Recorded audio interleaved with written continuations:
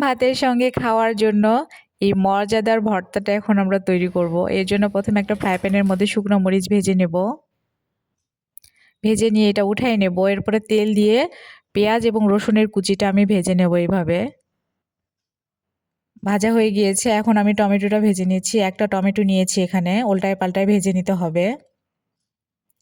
2 piece মাছ আমি এখানে শুধু হলুদ দিয়ে সেদ্ধ করে নিয়েছিলাম। ওই মাছটা আমি কাটা ছাড়িয়ে এভাবে ভেজে নিচ্ছি।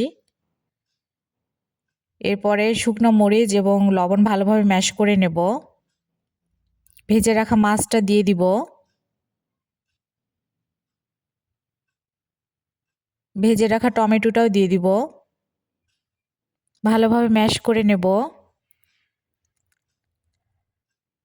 পেঁয়াজ এবং রসুনের যে কুচিটা ভেজে নিয়েছিলাম ওটাও দিয়ে দিব।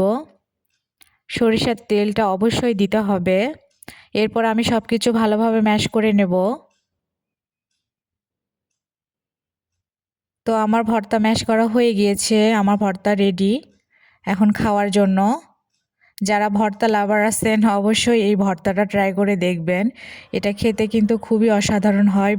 গরম ভাতের সঙ্গে হলে তো কোনো কথাই নেই।